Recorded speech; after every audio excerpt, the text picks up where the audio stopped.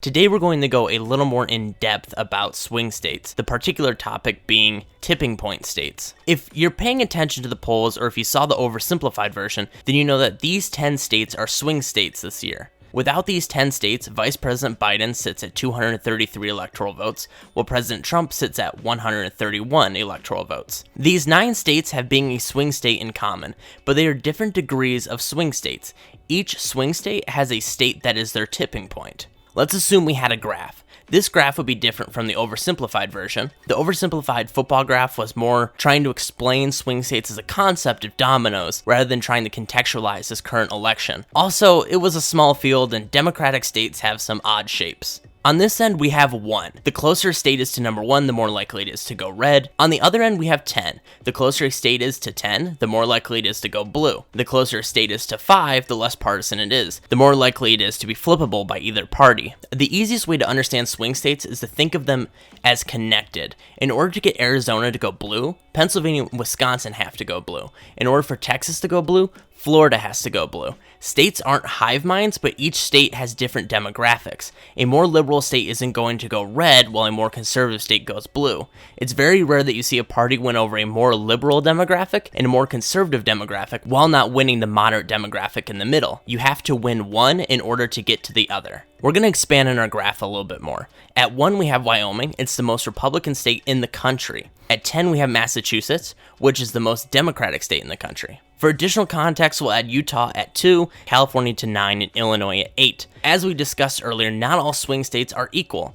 Not all of them are as much of a toss-up as the label swing state implies. We're going to jump in and explain each state's current swing state status and the factors that would cause them to flip one way or the other. So on this graph at number 7 is Michigan. Michigan's a very unique state because during the 2016 primaries, Bernie upset Hillary with a primary victory out of nowhere, and then in the general, Michigan went for Trump. In the 2020 primaries, you would assume that Bernie would have won it again, given what happened in 2016, but Joe Biden won it by 16 points. In 2018, Michigan also elected a Democratic governor, and it is a traditionally blue state. It had been blue for 20 years before Trump, when he won it by 0.6 percentage points. Michigan is most likely to go blue out of all the swing states. At number 6, we have Pennsylvania and Wisconsin, both just re-elected Democratic governors and Democratic senators. Wisconsin has gone blue since 1988. In 2016, Trump won by 0.8%. Pennsylvania has gone blue every year since 1992. In 2016, Trump also won with 0.7% of the vote. Both states are controlled by Republicans in the state legislature. Pennsylvania is much closer than Wisconsin. Democrats are down 1 seat in the Senate and 16 seats in the House, while in Wisconsin, Democrats are down 5 seats in the Senate and 27 in the House. The executive branch is exclusively controlled by Democrats in both states. Democrats gained 3 U.S. House seats in Pennsylvania in 2018, while Wisconsin saw no change in House seats. Both Pennsylvania Senator Bob Casey and Wisconsin Senator Tammy Baldwin won re-election by double digits. What really sets Wisconsin and Pennsylvania apart from each other is the margin of their governors' victories. Pennsylvania's Governor Tom Wolf won re-election by nearly 16 points, while Tony Evers beat Scott Walker by 1.1%. Both are likely to go blue. Pennsylvania is more likely to go blue than Wisconsin, but as I said, both are very likely to go blue. At number 5 on the list, you have Florida, Arizona, and North Carolina. These are the true swing states. They're all technically toss-ups. North Carolina has a Democratic governor who's elected in 2016 and is up for re-election this year. Right now, Cooper has a 17-point lead on his challenger. In 2018, the Republicans picked up another seat in the U.S. House out of North Carolina. The GOP has gerrymandered North Carolina into some insane districts. In 2018, 52% of all voters voted for a Democratic House candidate, and yet they didn't gain a single seat. North Carolina has been trending blue for a while because the suburbs are leaving the Republican Party due to the suburbs overall becoming more educated. I think we've talked about this before in this channel, but education levels often dictate someone's political party. Statistically, the more educated one is, the more likely you are to be on the left side of politics and vice versa. Staying on topic though, it also went blue for President Obama in 2018. North Carolina flipping isn't that crazy. In 2018, Arizona elected the first openly bisexual senator in U.S. history, Democrat Kristen Sinema. Democrats also control the U.S. House seats in Arizona, 5-3. 3 of these Democratic House reps were elected during the blue wave in the 2018 midterms. Things are a little odd this year because you have former astronaut Mark Kelly, a Democrat, with an 11-point lead on Senator Martha McSally, but you have sitting Republican Governor Doug Ducey with a 15-point lead on his Democratic challenger. Let's go to the vault and find out the last time a Republican and a Democrat won by double double-digit margins statewide in the same election.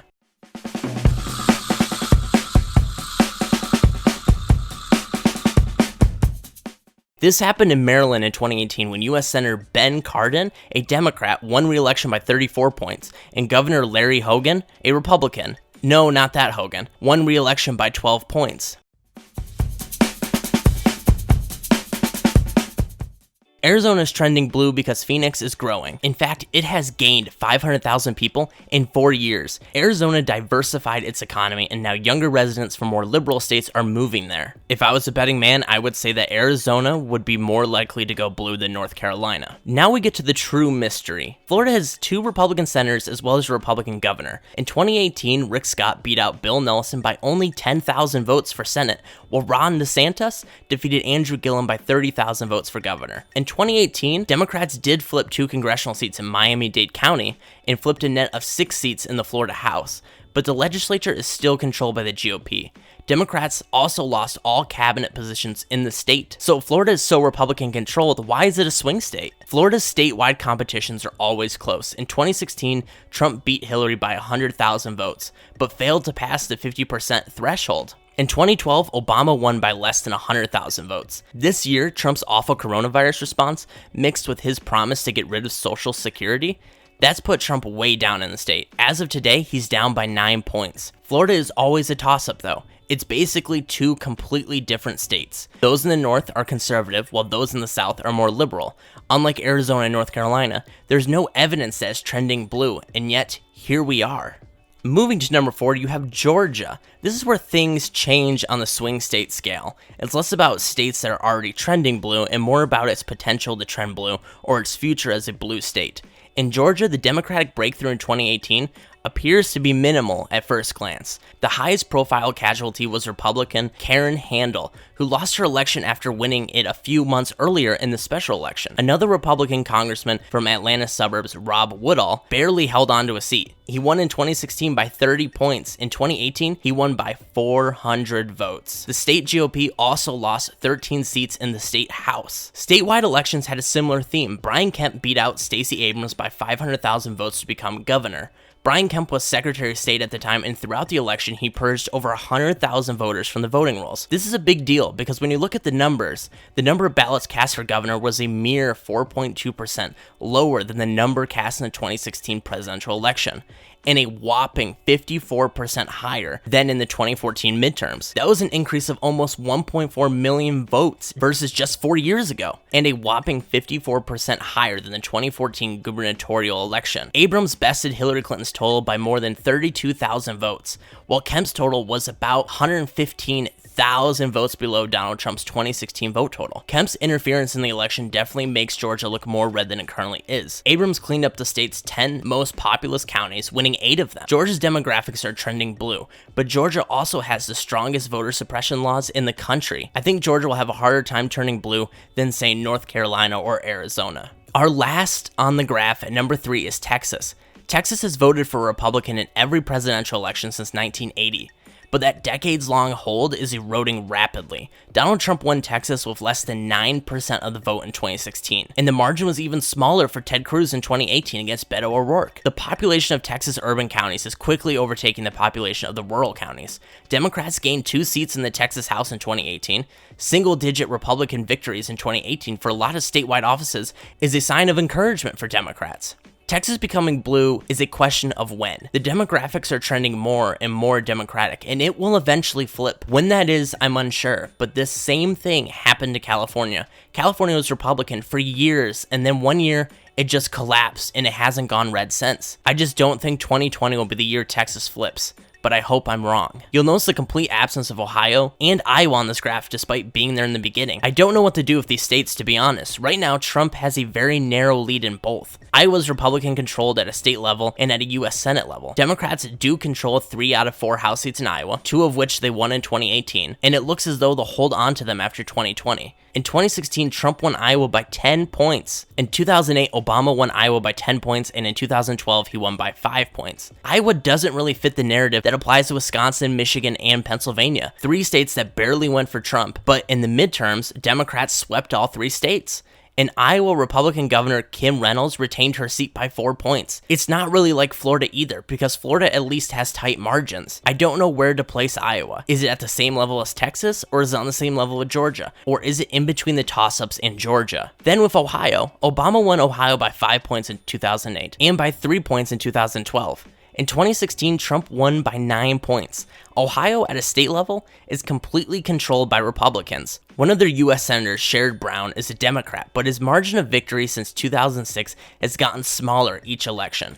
In 2008, not a single Democrat won a House seat in Ohio. Not one. Ohio is pretty badly gerrymandered, but even then, Republicans received 52% of the U.S. House vote in Ohio in 2018. Every other swing state saw Democrats gain something in the midterms, except Ohio. I think it's safe to say that Ohio might be more of a Republican stronghold than Texas or Georgia. Where would you put Iowa and Ohio on this graph? Is it before Georgia and Texas? Is it after Georgia and Texas?